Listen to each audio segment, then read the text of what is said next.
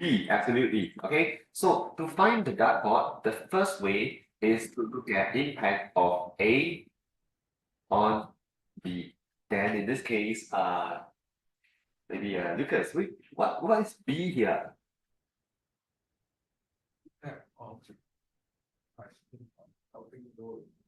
Yes, you want to help them, help low-income consumers afford, okay, low-income households, okay, or consumers. You want to help them afford food.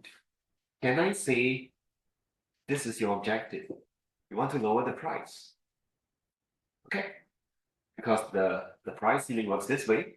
So because of this, naturally, you know that your R1, when you talk about price ceiling plus, you must show, okay, maybe I put plus on you later when you go back to your notes 1 month later, you wonder, what is this Mr. Koh saying? So maybe, can I just say price ceiling pros? Is that clear? For posterity, for the future you who will have probably forgotten some of these things, okay? Yes? So price ceiling pros must show how it lowers the price. This one super obvious, right?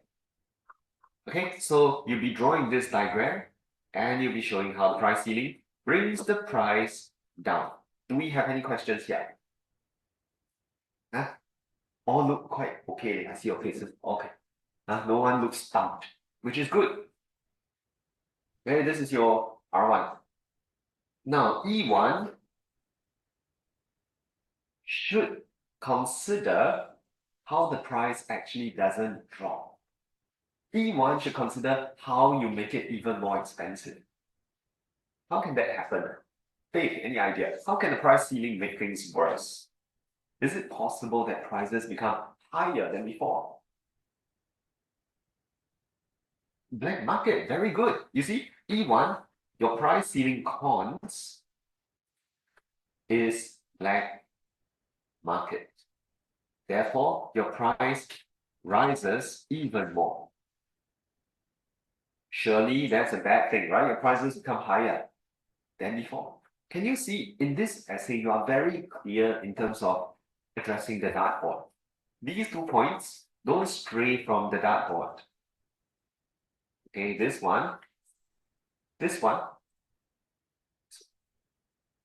Now, I feel that I want to emphasize this question because, or this thing about dartboard, because some of you had a test on the impact of higher investment on actual growth and potential growth. Just yesterday, I was looking through a student's essay. So a student was actually spending a lot of time talking about inflation and unemployment. And they are not part of the dartboard, you know? So you sometimes really have to think, okay, is what I'm writing a case of writing based on autopilot? Oh, because I read this from the notes, I'm just trying to fill up space as I'm planning my next paragraph. Because you think if I stop to plan, it's not productive, so I need to keep writing. And what some of you have a quota, I need to have 4 full pages. The moment you write things that are outside of the dartboard, it dilutes the focus. You are going to get penalized. Okay? Yes. But the limitations also be related to price. The limitation in this case is related to price. But can you, like, for example, we have the point of Yes. lower quantity of labor. Lower quantity.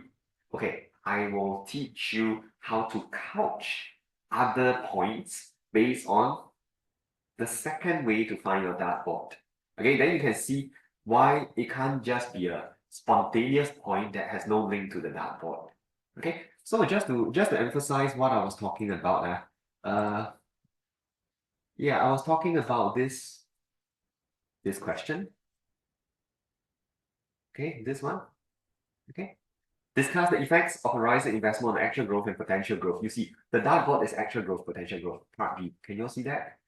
Don't talk about inflation. Don't talk about unemployment. Don't talk about balance of trade. They're outside of the dartboard. Yes? You throw darts, you want to hit the dartboard. You don't want to hit the wall. You don't want to hit your friend. Correct? Yes. Okay. But in this case, I'm going to share with you, see the title, giving a boost to your policy essays. So how to give a boost? Do you know there's a second way to find a dartboard? So finding dartboard, two ways. And some of you might know this already, but this part is where you wake up and take notice, huh? What's the second way to find the dartboard? Goals. Is it goals? Do you say gosh or goal? The root cause. The root cause of the problem could be your NSGRTE, that kind of summative evaluation. Okay? Yes. The other way to find the dartboard? Objectives, goals of the government. Absolutely right. So you start looking at your goals or the objectives of the decision maker. Who decides to set a price ceiling? Government of the day. So right now, it's not your Workers' Party, it's not your PSP. I know elections coming, right? But it is the government of the day that decides whether to set price ceiling. And what are the objectives of the government? If I split into two parts, what are they? J1, J2 stuff will be very good. Yes, micro goals and macro goals. Okay, micro goals, macro goals. Okay. So micro goals, who can tell me what they are? Micro objectives refer to equity. Okay, equity. So this one, equity, as well as efficiency. And when we say efficiency, what kind of efficiency are we talking about? Is it productive? Allocated. Just focus on allocated. Why? Even the government cannot assure us that it can achieve productive efficiency. Government failure is often used to describe how government entities do not manage to minimize the cost. So if the government cannot do it, then of course they cannot say, we want you to achieve it. So this is your micro goals, and macro you are very familiar for objectives. With this dartboard in mind, let's explore a little bit more. Your E1 can also include the fact that you have a shortage. Results, therefore, you have social welfare, which by the way is consumer surplus, producer surplus, is not maximized. Therefore, you have deadweight loss. And this means AE is lost. Okay? Questions? Do you recall coming across this point in your notes when you study pricing? Do you remember drawing your deadweight loss? Yes. Okay.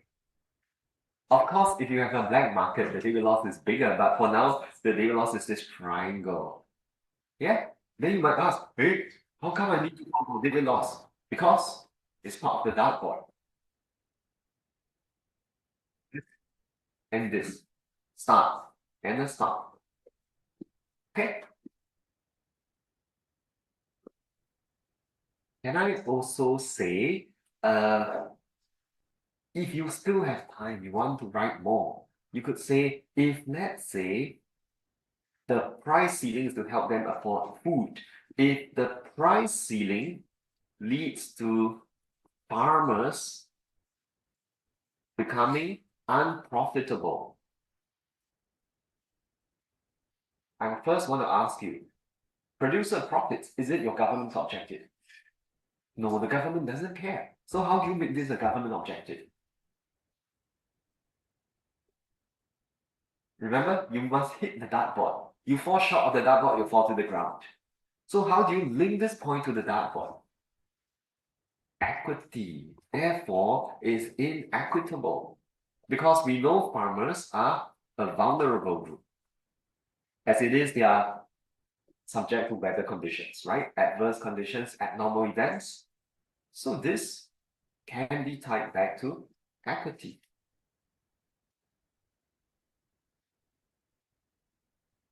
Okay, and yeah, one of you asked, can we tie this to economic growth? Okay, I think maybe the link to economic growth is not a very direct one because we are not thinking of CGI X minus M, but you could say it could lead to unemployment in your food producing industries. Okay,